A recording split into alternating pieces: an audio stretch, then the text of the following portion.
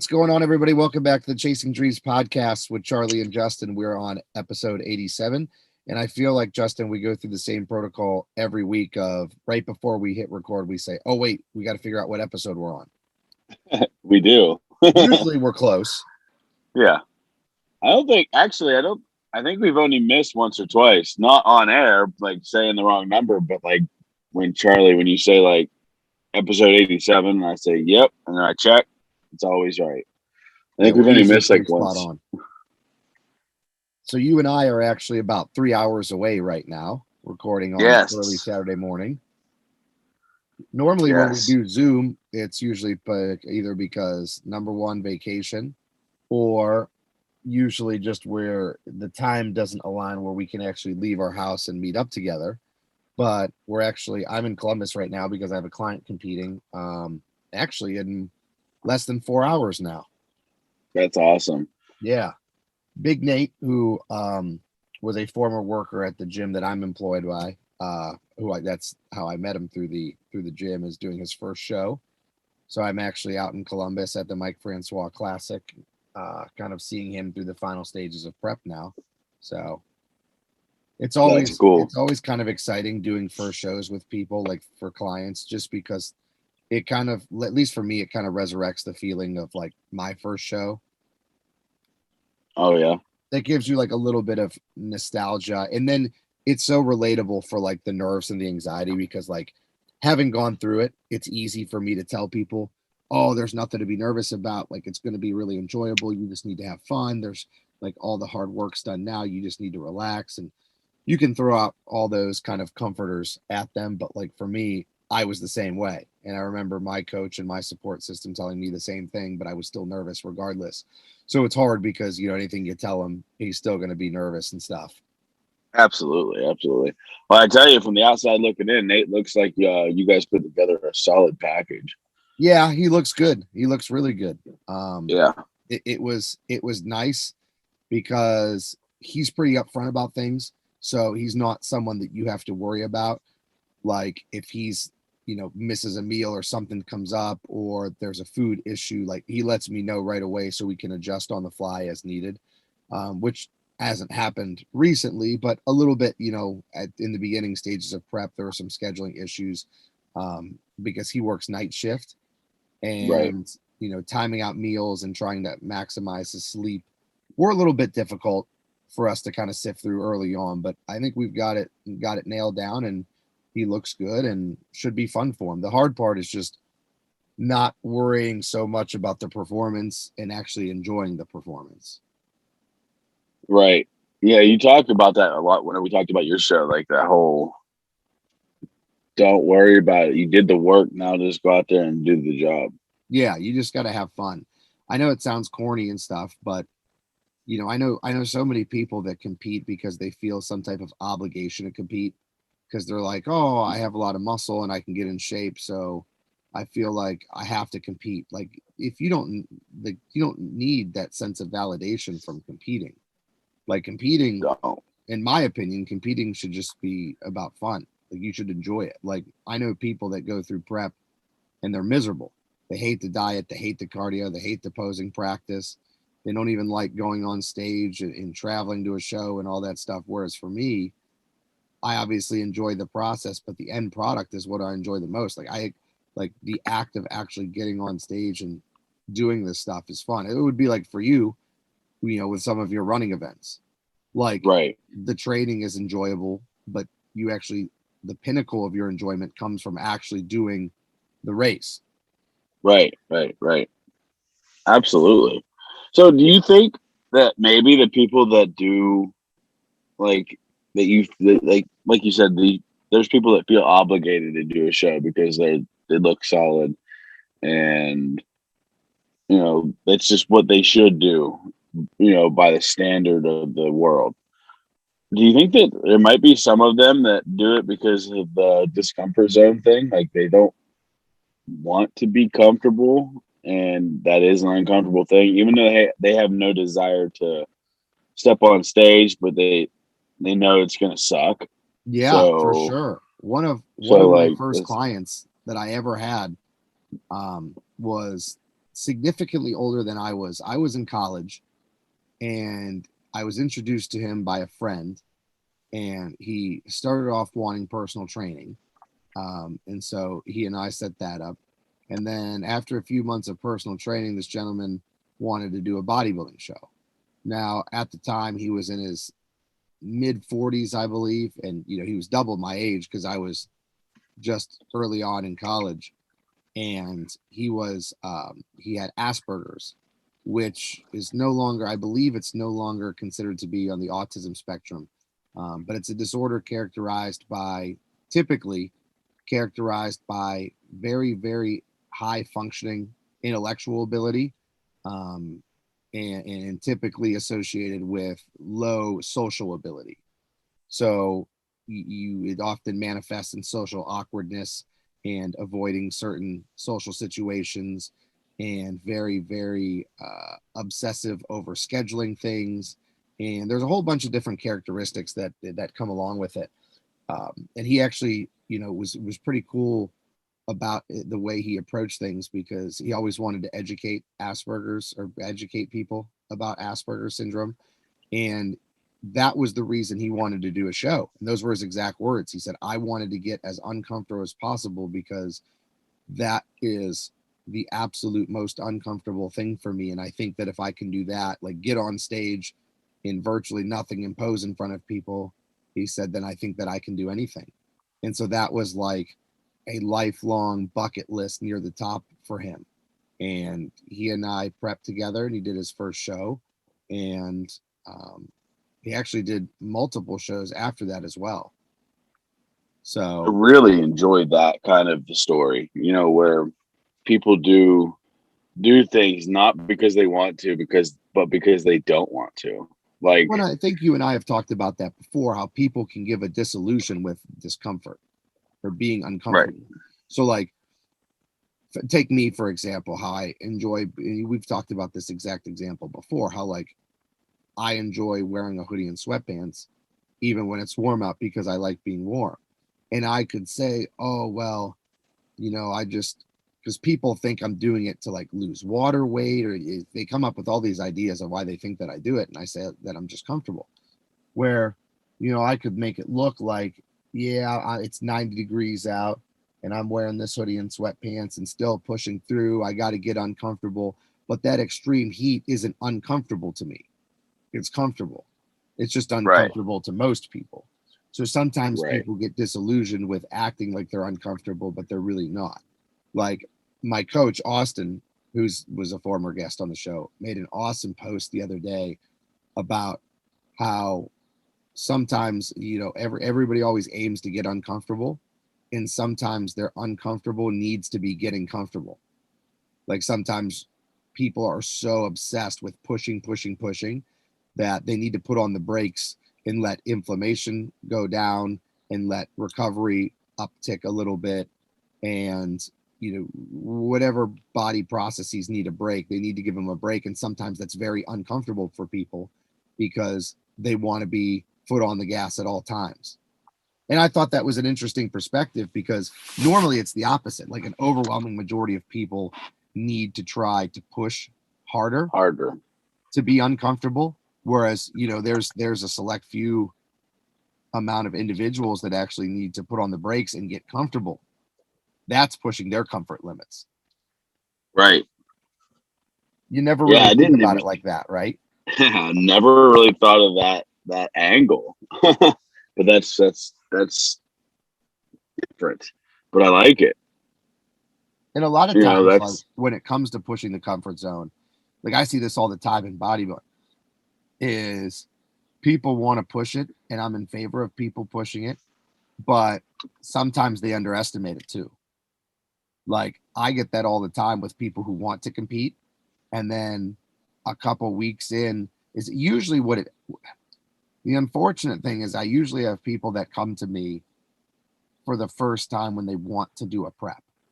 So instead of working with them in an off-season scenario and getting to learn their body and understanding all their body's metabolic processes, and really understanding how the client as a whole works, both mentally and physically too, They Right. come to me and say, I want to do a show in X weeks. Can you have me ready? And oftentimes the answer is, yeah, I can. It's probably not going to be ideal, but we can do it. And when that happens, I have so many people that don't have established structure to be able to get uncomfortable. So they get uncomfortable and they immediately tap out. So what will happen is they'll start a diet. It'll be 2 or 3 weeks in, and then they can't do it because their schedule, or they can't do it because their cravings are too bad or whatever. And I feel like I'm pretty well versed at making sure schedule is accounted for, making sure that we do our best to eliminate cravings and the athlete isn't starving in early stages, and all these things that you do to kind of mitigate these problems and they still arise. So like sometimes people try to push out their comfort zone to test it and they're just not ready for it yet. Right. Like I feel like It's in anything you have to be ready to do something, and a lot of that comes with where you are in your life. Like I couldn't imagine doing the things that I do now when I was fresh out of college, you know.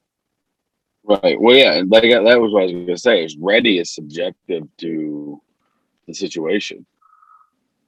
You know what I mean? You were ready to start coaching. You just weren't ready to start coaching on the level that you are now. Yeah, I guess that's a better point. Yeah, I agree with that. Um, I like, they were like some of the bodybuilders that like are like just because we're on the bodybuilder theme, like people that you've had tap out early were ready to be a bodybuilder because their physique was close, their body composition was close, blah blah blah, but they weren't ready. It was subjective, like they weren't ready to for that show. They had to start to get ready. It's like everything, you have to know what like your lane. You know what I mean? Like, and that's what I struggle with big time. Is if I do well at something, I have to rein myself in because just because I did well at it doesn't mean I'm great at it. Doesn't mean I'm ready to be amazing at it. I have to work hard. You know what I mean? Like I had to remind myself that there's a lot of work to be done to get to greatness. Yeah. Yep. I think that's pretty And common.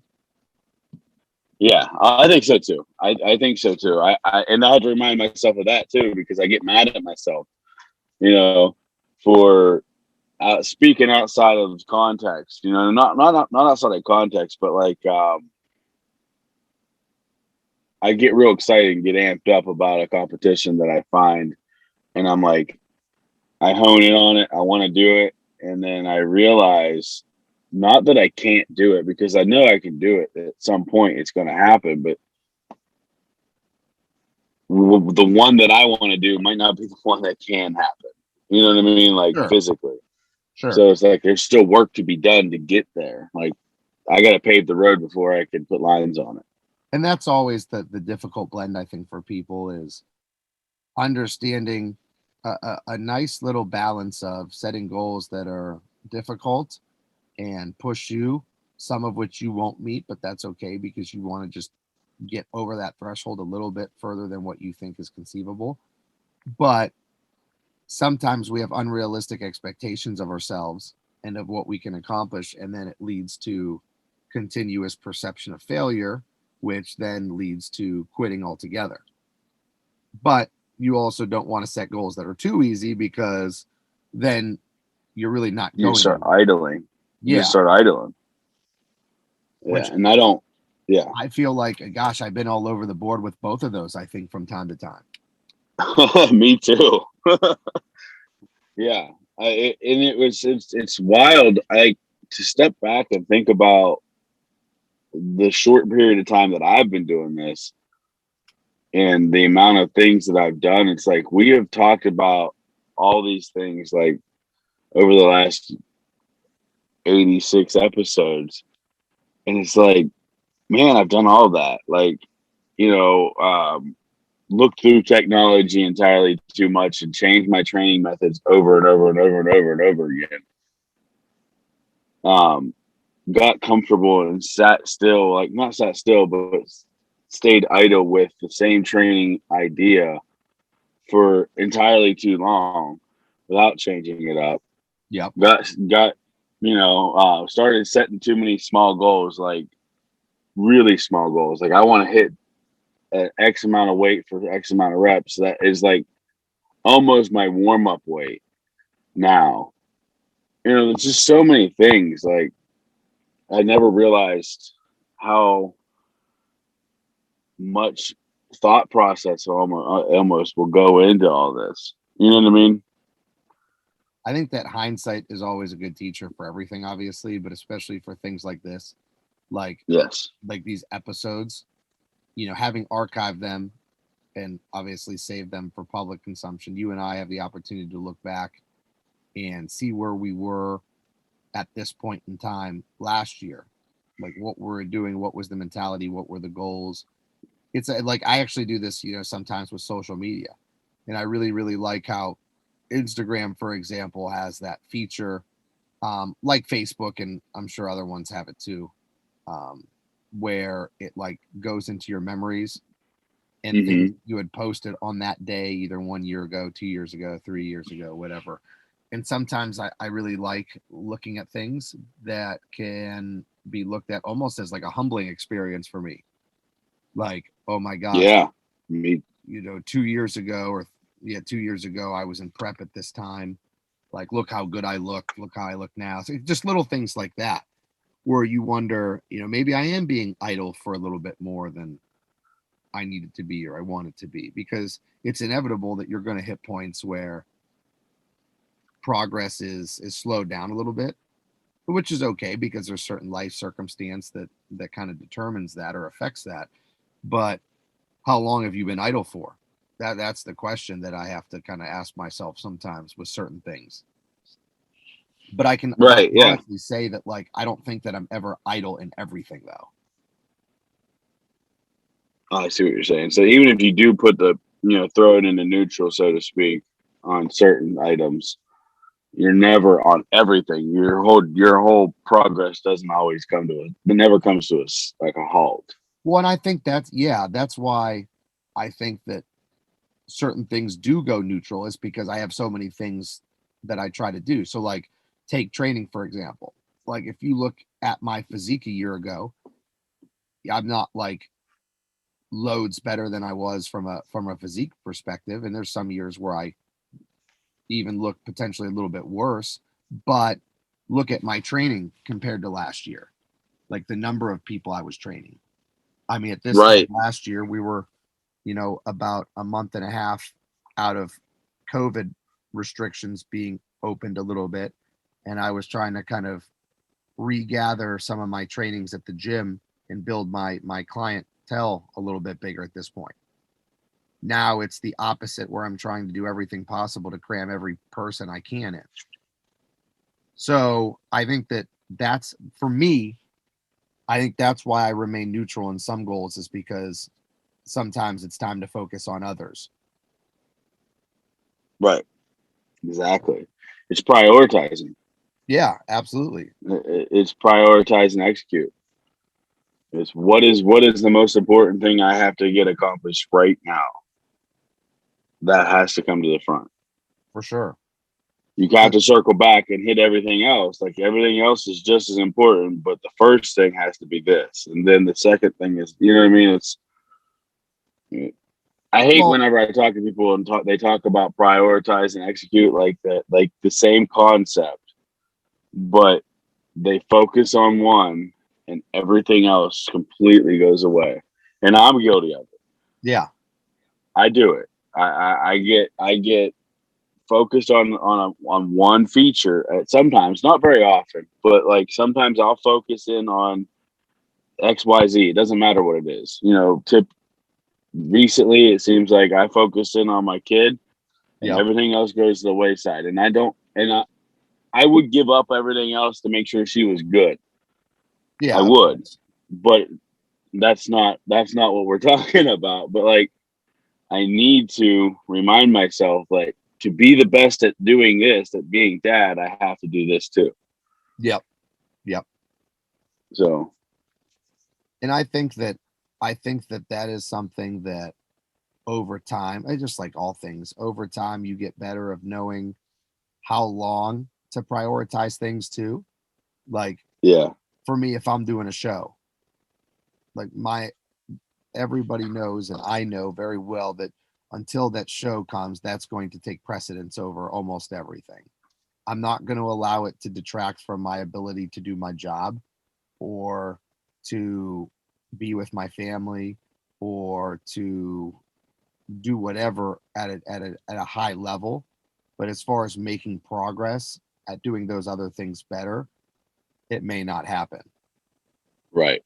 But I think that you also need to like understand where your progress is at with other parts in your life before you add something or before you do step on the gas. So again, with the bodybuilding reference, like I'm not going to do a show if other avenues or other areas of my life aren't sound.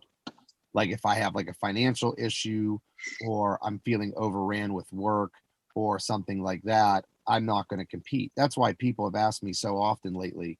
I get it all the time for whatever reason recently. When are you competing again? When are you competing again? When's the next show?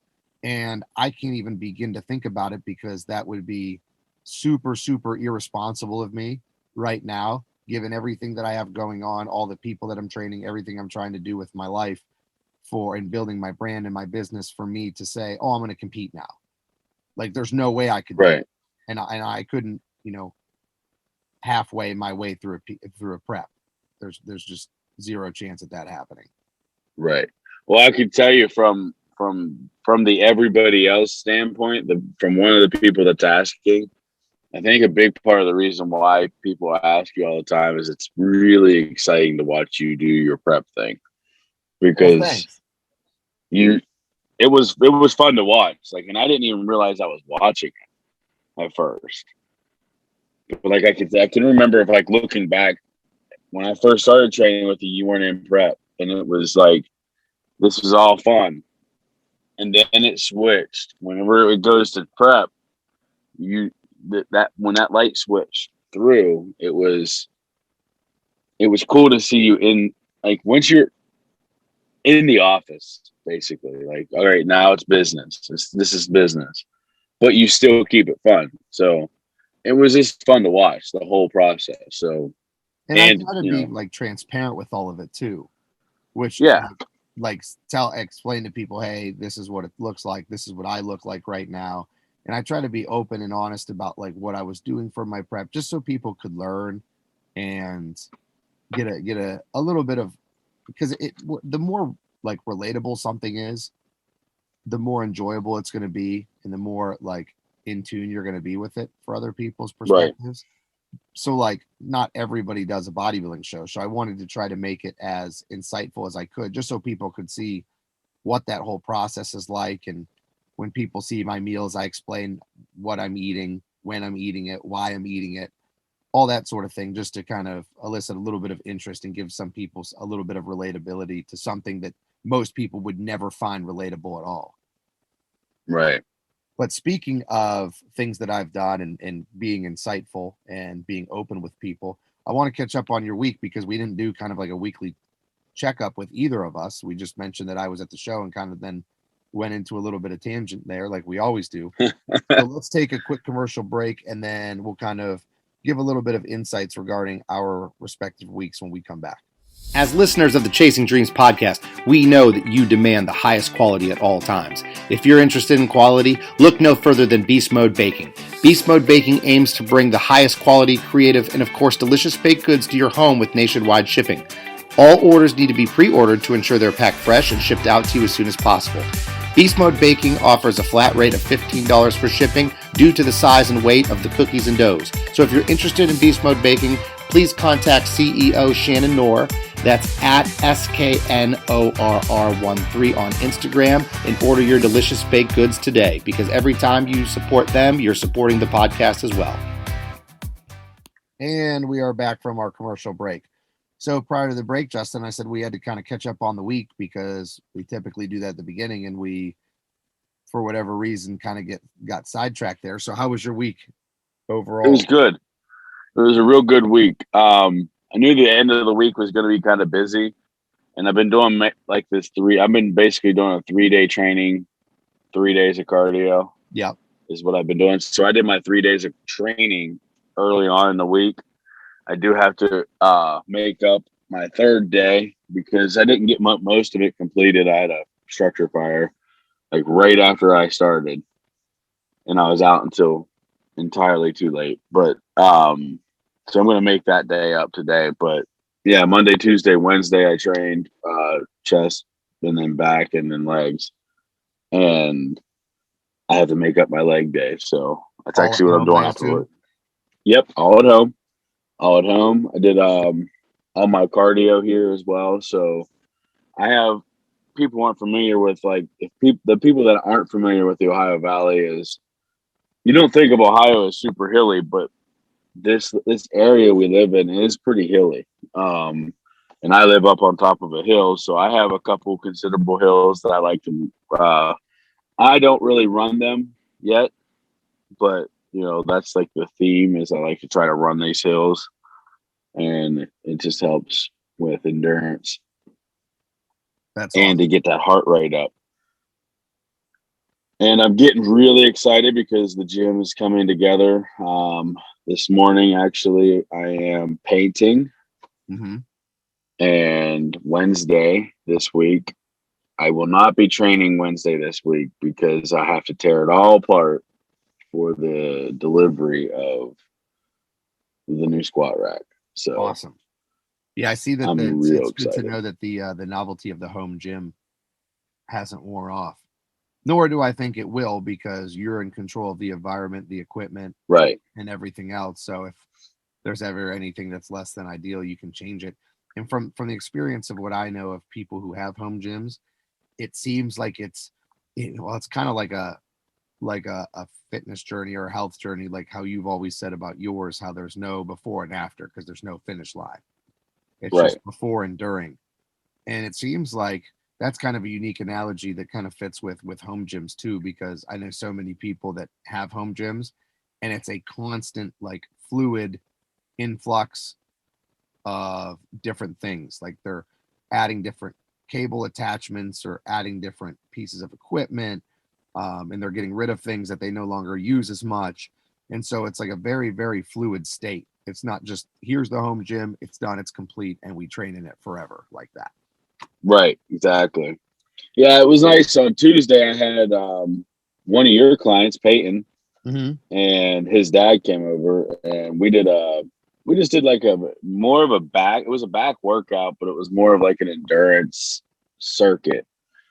So everything was lightweight, just a lot of reps, and we did it. And I think we did eight rounds, and we started at a minute and went all the way down to 10 seconds per round, Gotcha. and we just tried to really minimize the rest in between rounds too. And we did it all outside in the driveway with bare feet. It was nice. It was the heat in the grass in your driveway. I really enjoyed doing that kind of stuff. Like, and that's kind of stuff you don't get like in a conventional gym. You can't replicate it No, not at all.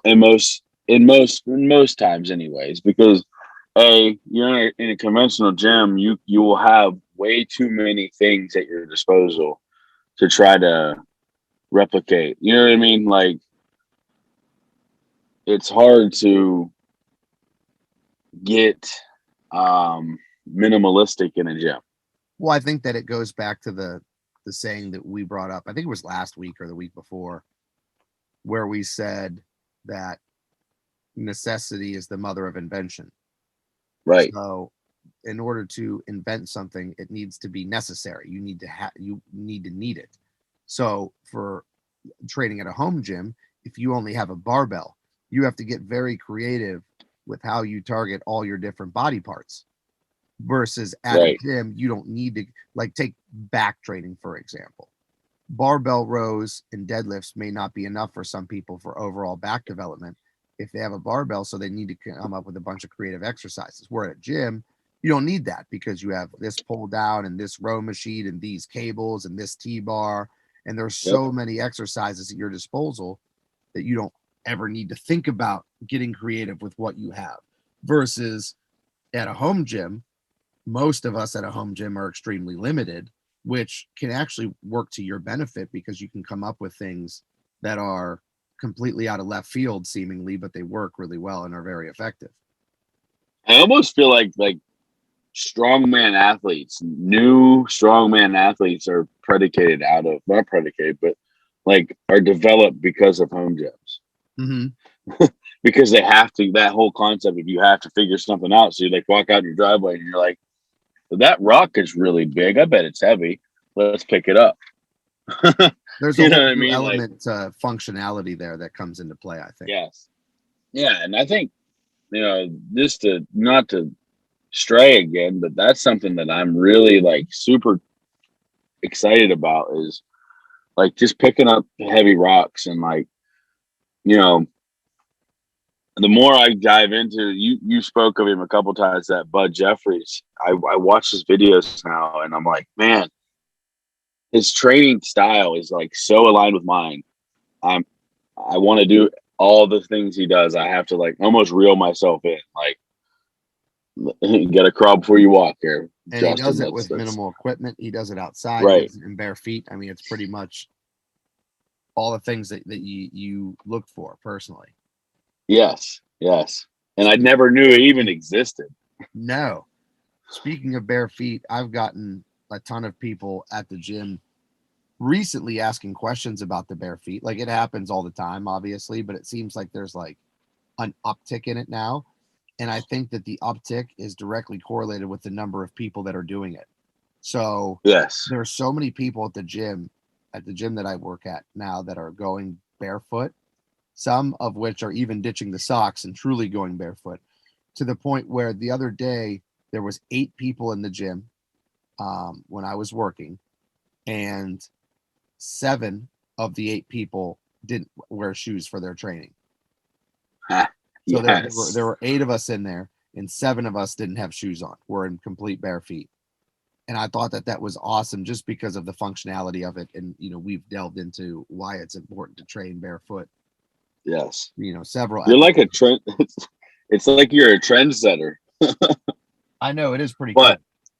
Yeah. And I like trends like that. The ones that are good, you know what I mean? Because a lot of trends are like pointless. Like, yeah, for sure. A lot of people will do something just because somebody else is doing it, and that's cool if that's how it starts. But when when they mean something, like when there's a direct benefit to everybody to not wear shoes in the gym, mm-hmm. I think that that's a cool trend to start. Well, it's like the cliche that success leaves clues. So I think that not that there's any direct correlation between. I mean, I guess indirectly there would be long term, but not that there's an immediate acute correlation between barefoot and physique. But if you see somebody doing something that you want to look like, then you're going to replicate that and hope that it gives you equal success. I mean, it's like when you get Flex Magazine or Muscular Development, which were the magazines I used to get when I was younger, when I first started getting into training. You look at people and they're like in the magazines, and you say, oh, Jay Cutler looks like this. I want to look like him. So I want to do his workout. And so you would do what he does and eat what he eats and even buy the supplements that he endorses. So it's almost like real life propaganda, real life advertising in a sense, where if people respect your knowledge and kind of want to look like you, then they do the things that you do. And sometimes they don't even understand why they do them. Right. Which could be a bad thing, because I see that a lot on social media where so-and-so looks good and he does this on social media. He does this exercise, so I'm going to do this. But you don't understand that there's so much context that goes behind that person doing what they do and looking what they look like. And genetically, they may be elite, or their diet, their supplementation may be so far beyond what you're doing that you might not be able to train like that or do that exercise properly or whatever. So sometimes following blindly can be a bad thing too. Right. I agree with that. You have to, I don't suggest anybody ever follow anything blindly. I don't mind when people, I don't not suggest you to follow follow a trend if you really wholeheartedly believe it's what is going to make you better. Well, I think there might be a little bit of responsibility on the behalf of the person that's showing these things So like when I post videos of my athletes, I try to explain, at least in a very brief description, what we do and why. Like some of my athletes, like when I post, a spotlight about them accomplishing something in their sports, I'll say, what their training program is aimed like, the things that we've tried to accomplish over the past X months. So I think that like with the barefoot, for example, going back to the topic that started this conversation, is I've explained to people very thoroughly why I do it. Like I had, for example, someone come up to me the other day and said, "Hey, I got to ask, why are you always in bare feet at the gym?" And then it turns into a real quick, all right, well, how much time do you have?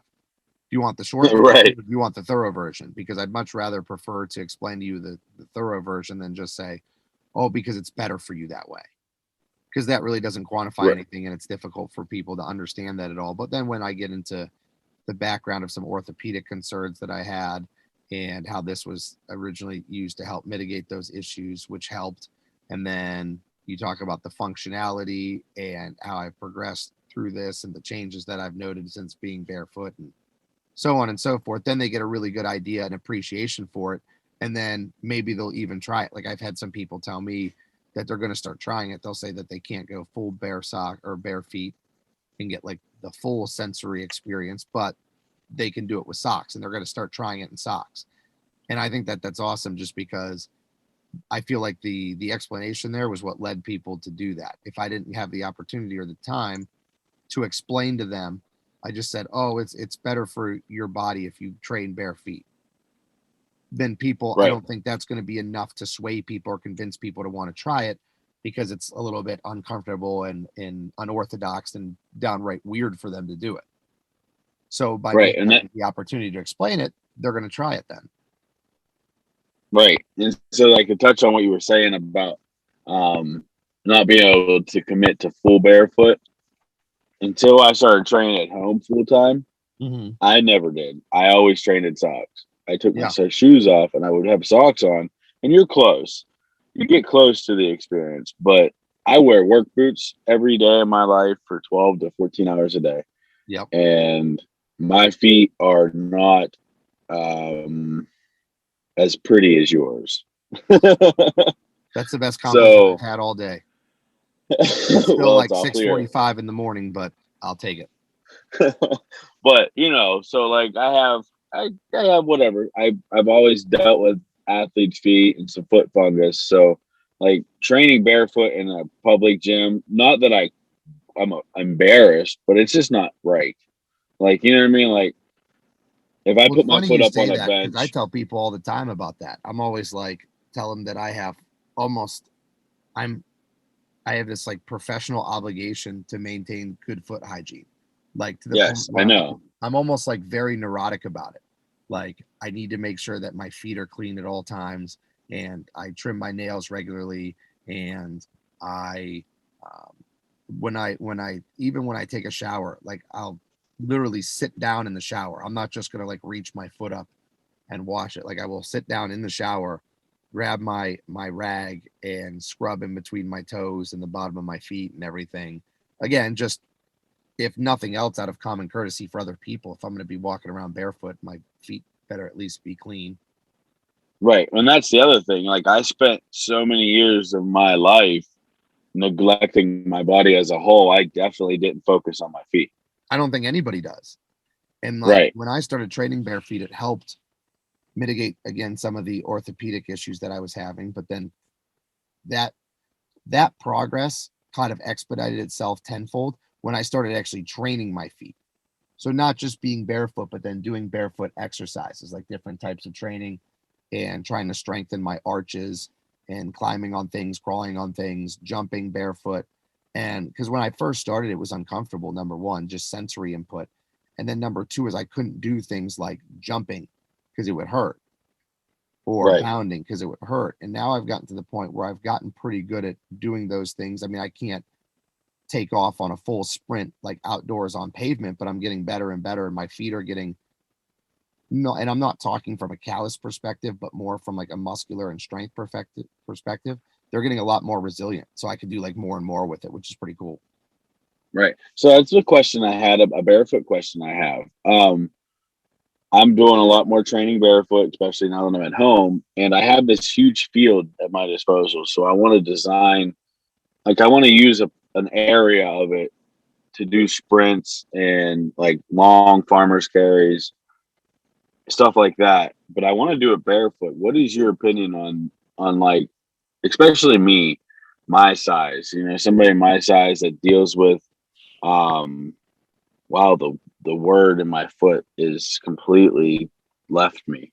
Um, it's that tendon that pulls. I can't remember what it's called now. Achilles tendon? Um, no, not the tendon. It's in the arch of my foot. You know how when you arch your foot feels like it's tearing? Just plantar fasciitis? Yes. When I could not, that was fleeting from my brain. When I have plantar fasciitis. So what do you feel about me training and doing some like sprints and running and stuff like that barefoot? Now this is probably a poor answer because it's not definitive, but my response to anybody would be do what you can handle. And I know Try it and see. that yeah, and start slower than you think you need to start. Not just speed wise, but as far as volume goes. You know, don't sprint up and down 300 times or walk up and down 300 times your first day, because I know that there's a growing trend right now in the running community from what I've seen about switching to minimalist shoes. So Yes. essentially being as close to barefoot as you can be in a long distance pavement running space. And I know that one of the things that's always highly recommended by podiatrists and physical therapists and running experts that know a lot more than I do is making sure that you gradually work towards a minimalist shoe. So a wide toe box, flat sole, very, very lightweight shoe that closely parallels being barefoot. You can't just go from a foot or from a shoe with a very high cushioned heel support, a very narrow toe box, a pretty prominent arch support, and then switch to a barefoot type shoe. It's not going to work. So what they do is they recommend, you know, when you get the barefoot shoe or the minimalist shoe, wearing it around the house for a little bit during the day, and then maybe going for a 5-minute walk in it, and then a week later go for a 10-minute walk, and then maybe a 15-minute walk, and then maybe a 5-minute jog. So you kind of gradually build up your foot's capacity, because you got to treat the musculature in your foot just like you would treat anything else, any other body part. You're not going to be able to go in the gym and just bench press 500 pounds, nor should you. So when you train your feet, you should train your feet the same way. Train them with a little bit of progressive overload and start a lot lighter in a lot lower volume than you think you need to, and then kind of build up from there. So I know it's not a definitive answer, but it's probably the right answer, I would think. Yeah, I'm okay with that. I like that answer. It's like crawl before you can walk. Yeah, for sure. Just do it, you know. And I think for now, even you starting to get used to training barefoot every day is step one in and of itself. Right. And then once you get the squat rack installed this week, then you can start to load a lot more. You know, instead of doing body weight stuff for lower body, you're going to be able to load a full barbell. So that will place a little bit more of some progressive stress on the feet, and then just kind of go from there. I agree. And it's like, that's the one body part that's been the hardest to train is legs, because I don't have the rack. And if I don't have a partner, like, because there's a lot of days where in the morning where I plan my week out every week, what day I'm going to work out, and then what time on that day, and then with my training partner. But if something happens and they can't come or whatever, you have to modify, especially with the equipment that I have. Like, squatting heavy with this squat stand is just not safe by yourself. Yeah. Benching heavy with this squat stand is just not safe by yourself, because you've used it. It moves. You have to be careful. So like, I have to change, and that's one thing that I'm excited to not have to do, is to not have to change the plan. You know, I don't mind making a plan different than what I normally do, But once it's wrote down, once it's a plan, I want to see it through, and I don't like to change. Yeah. And plus, so with it'll be lower nice. body, like legs, it's so dependent, at least for growth and progression, it's dependent on load. So you can't do body weight training for, at least in my experience, you can't do a lot of body weight training for legs and expect them to grow. You know, a lot of it has to be under pretty substantial load compared to other body parts, I think. I agree. All right, man. Well, so how was your week? Pretty much wraps it up. I'm getting ready to walk back inside and check on Big Nate and make sure that he's not losing his mind without me. He was very nervous yesterday doing some things on his own because I had to work Friday and couldn't get over to Columbus because it's a 3-hour drive from where we're at.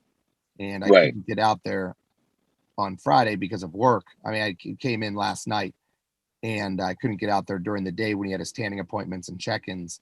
And he was, kind of nervous for both just because, again, he had never been through it and wasn't sure what to expect. But we were in good communication. So I'm going to head back in and make sure I am taking a look at him because we're kind of adjusting his meals on the fly, like just looking at him every couple hours. And then I'll tell him what to take, what to eat, what to drink, all that sort of stuff. So, but he looks good. And hopefully I can report back next week. I mean, to you much sooner than that, but report back next week to our listeners with some good results, hopefully. Yes. They're telling from the Chasing Dreams team to get after it. I will do that. Yes. All right. So with that, we have come to the end of another episode of the Chasing Dreams podcast with Charlie and Justin. This has been episode 87. We hope that you guys kill your goals this week, and we look forward to talking with you soon. Unbreakable, unstoppable, I'm pushed to the edge and take it all. I'm